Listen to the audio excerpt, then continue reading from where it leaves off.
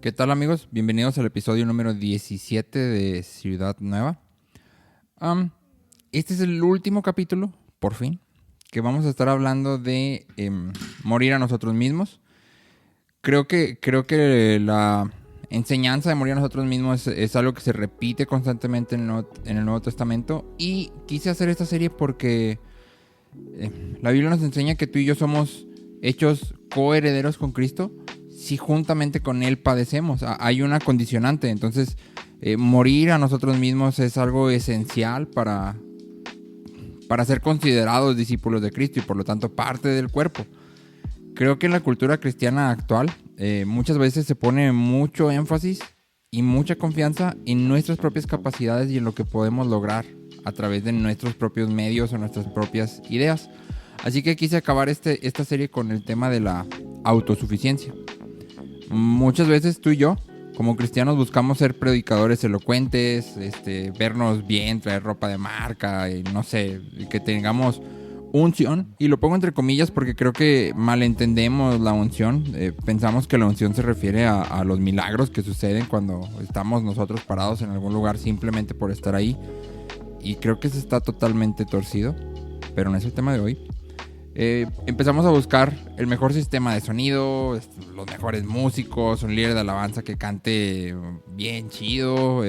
Empezamos a perseguir o a desarrollar estrategias para hacer crecer la congregación, o a lo mejor estrategias para fidelizar a cada estilo Starbucks a nuestros congregantes, o para motivarlos. Pero en realidad, cuando tú y yo vamos a la Biblia nos apunta en una dirección distinta. Y quisiera que platicáramos un poquito acerca de la historia de Moisés. Las plagas, los mandamientos y el hecho de que el Mar Rojo se abrió, esas son escenas que para ti y para mí son familiares. Todo el mundo las conoce desde chiquitos, ¿no? Cuando vas a los parvulitos, se llamaba, donde yo iba. Pero en realidad la vida de Moisés nos enseña muchísimo desde antes de todo esto. Y me gustaría que me acompañaras a Éxodo 2, versículo 11 al 15. Y dice: en aquellos días sucedió que, crecido ya Moisés, salió a sus hermanos y los vio en sus duras tareas, y observó a un egipcio que golpeaba a uno de los hebreos, sus hermanos. Entonces miró a todas partes, y viendo que no parecía a nadie, mató al egipcio y lo escondió en la arena. Al día siguiente salió y vio a 2 hebreos que reñían. Entonces dijo al que maltrataba al otro: ¿por qué golpeas a tu prójimo? Y él respondió: ¿quién te ha puesto a ti por príncipe y juez sobre nosotros? ¿Piensas matarme como mataste al egipcio? Entonces Moisés tuvo miedo y dijo: ciertamente esto ha sido descubierto. Oyendo Faraón acerca de este hecho, procuró matar a Moisés, pero Moisés huyó delante de Faraón y habitó en la tierra de Madián. Entonces, cuando tú y yo leemos este pasaje, pues parece que Moisés es como algún tipo de justiciero, ¿no? Sale con sus hermanos los judíos y ve que alguien está maltratando a uno de sus hermanos y lo defiende, mata al egipcio. Eso es justicia, ¿no? Y parece que Moisés entonces está haciendo algo bueno. Pero si leemos un poco más en todo el contexto bíblico, nos vamos a dar cuenta que hay algo en el corazón de Moisés que estorba lo que Dios quiere hacer. Acompáñame hasta Hechos, por favor. Hechos 7, versículo 22. Este es Esteban predicando y dice: y fue enseñado Moisés en toda la sabiduría de los egipcios, y era poderoso en sus palabras y obras. Cuando hubo cumplido la edad de 40 años, le vino al corazón el visitar a sus hermanos, los hijos de Israel. Y al ver a uno que era maltratado, lo defendió, e hiriendo al egipcio, vengó al oprimido. Pero él pensaba que sus hermanos comprendían que Dios les daría libertad por mano suya, mas ellos no lo habían entendido así. Y el día siguiente se presentó a uno de ellos que reñían, y los ponía en paz diciendo: varones, hermanos sois, ¿por qué os maltratáis el uno al otro? Entonces el que maltrataba a su prójimo le rechazó diciendo: ¿quién te ha puesto por gobernante y juez sobre nosotros? ¿Quieres tú matarme como mataste ayer al egipcio? Al oír esta palabra, Moisés huyó y vivió como extranjero en tierra de Madián, donde engendró 2 hijos. Así que ahora sí, teniendo un panorama más amplio, podemos ver primero que Moisés era poderoso en palabras y obras, y que un día le vino al corazón visitar a sus hermanos, pensando que ellos comprendían que Dios les daría libertad por su mano. Así que Moisés más que un justiciero, es una persona que decide seguir a su corazón, lo cual pues de entrada ya es una mala decisión. Dios nunca nos llama a seguir a nuestro corazón. Pero además de que decide seguir a su corazón, decide que es capaz de perseguir este sueño o este anhelo basado en que Él era poderoso en palabra y obra. Y que sus hermanos lo iban a ver y iban a decir, este es el compa que Dios levantó, este nos va a librar. Pero resulta que no fue así. Entonces Moisés huye a Madián y pasados 40 años, Dios llama a Moisés.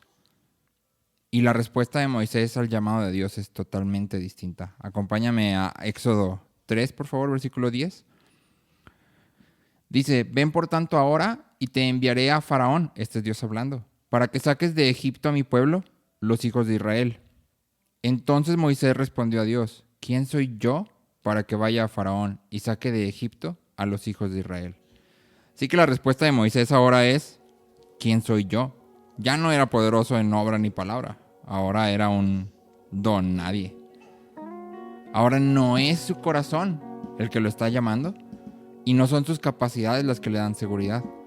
Es Dios mismo haciendo el llamado y estableciendo que Él es el que va a hacer la obra. Moisés simplemente es un mensajero.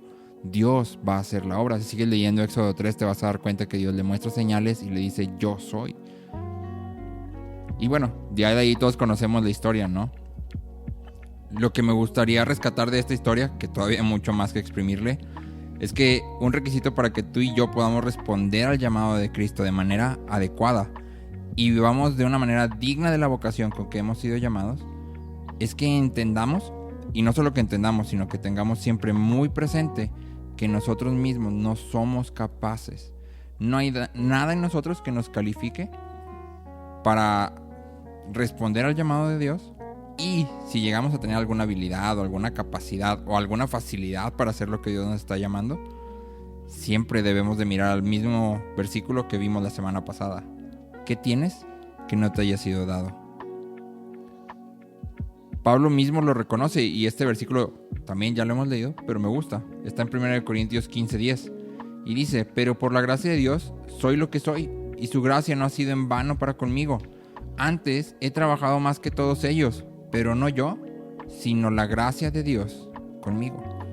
Entonces no soy yo, es su gracia en mí, es su espíritu, es el poder de su resurrección que hace la obra en mí, que hizo la obra en Pablo y a través de Pablo. Y es lo mismo que sucede con nosotros. Sí, esto no significa que tú y yo podamos decir, pues es el Espíritu Santo, yo no tengo que hacer nada, Él va a hacer la obra. No. La Biblia también nos llama a prepararnos, a ser diligentes, a estudiar su palabra, a meditar en su palabra. En 1 Pedro 3, versículo 14, dice, mas también, si alguna cosa padecéis por causa de la justicia, bienaventurados sois. Por tanto, no os amedrentéis por temor de ellos, ni os conturbéis, sino santificad a Dios el Señor en vuestros corazones, y estad siempre preparados para presentar defensa con mansedumbre y reverencia ante todo el que os demande razón de la esperanza que hay en vosotros, teniendo buena conciencia para que en lo que murmuran de vosotros de malhechores sean avergonzados los que calumnian vuestra buena conducta en Cristo. Así que en este pasaje, Pedro le dice a la iglesia que siempre deben estar preparados para presentar defensa. Tú y yo siempre debemos estar capacitados para cuando alguien venga y nos pregunte acerca de la esperanza que tenemos. Pero siempre que presentemos defensa debemos de hacerlo con estos requisitos, con mansedumbre, con reverencia y con buena conciencia, o lo que es lo mismo, con buen testimonio. Tú y yo debemos de estudiar, debemos de prepararnos, debemos de crecer, debemos de madurar, pero siempre reconociendo que es Él en nosotros, que es su gracia en nosotros y no nosotros mismos. Pero también debemos de reconocer que la palabra de Dios es suficiente. Tú y yo no debemos de recurrir a estrategias ni ideas que nacen de nosotros mismos. Todo lo que necesitamos está en la palabra. En la Biblia puedes encontrar la historia de Usa, quien al transportar el arca del testimonio, donde en el Antiguo Testamento habitaba la presencia de Dios, intentó detenerla para que no se cayera. Sí. En el mismo momento que Usa metió la mano y tocó el arca para evitar que tocara el suelo, Usa cayó muerto.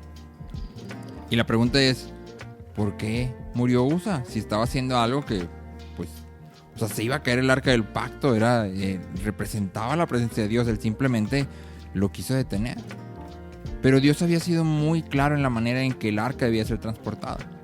Y definitivamente, el método que estaban utilizando del Uber con bueyes no era una de las opciones que Dios había mandado. También Dios había dado instrucciones claras de que el arca no podía ser tocada. Pero Usa ignoró estas dos instrucciones e hizo algo que a simple vista parecería bueno: evitar que el arca cayera al suelo. O en otras palabras, intentó ayudarle a Dios. ¿Crees tú que debes de organizar estrategias, proyectos, eventos y otras cosas para que la iglesia de Cristo crezca? Yo no lo creo. La instrucción de Cristo antes de partir fue muy clara, y esto está en Mateo 28, versículo 19. Dice: por tanto, id y haced discípulos a todas las naciones, bautizándolos en el nombre del Padre y del Hijo y del Espíritu Santo, enseñándoles que guarden todas las cosas que os he mandado. Y aquí yo estoy con vosotros todos los días hasta el fin del mundo. Amén. Hacer discípulos, bautizar, enseñar a obedecer. Este es nuestro llamado. Y una vez que terminemos este llamado, esta debe ser nuestra respuesta. Lucas 17:10. Así también vosotros, cuando hayáis hecho todo lo que os ha sido ordenado, decid: siervos inútiles somos, pues lo que debíamos hacer, hicimos. Debemos de morir a nuestra autosuficiencia. Debemos de entender que por nosotros mismos no podemos lograr nada. Y que si hay algo que hayamos logrado, es su gracia en nosotros. Es Él mismo el que está obrando a través de nosotros. No tengo nada de qué gloriarme. Te dejo en las notas de este episodio algunos libros que te recomiendo que leas, así como algunos de los pasajes que mencioné sin leerlos, para que puedas ahondar un poco más en este tema que creo que es esencial para ti y para mí como cristianos.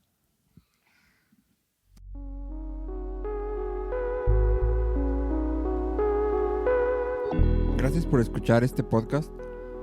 Si te gustó el episodio, suscríbete y recuerda compartirlo. Mi intención es que estos episodios puedan ser de bendición para la mayor cantidad de personas posible.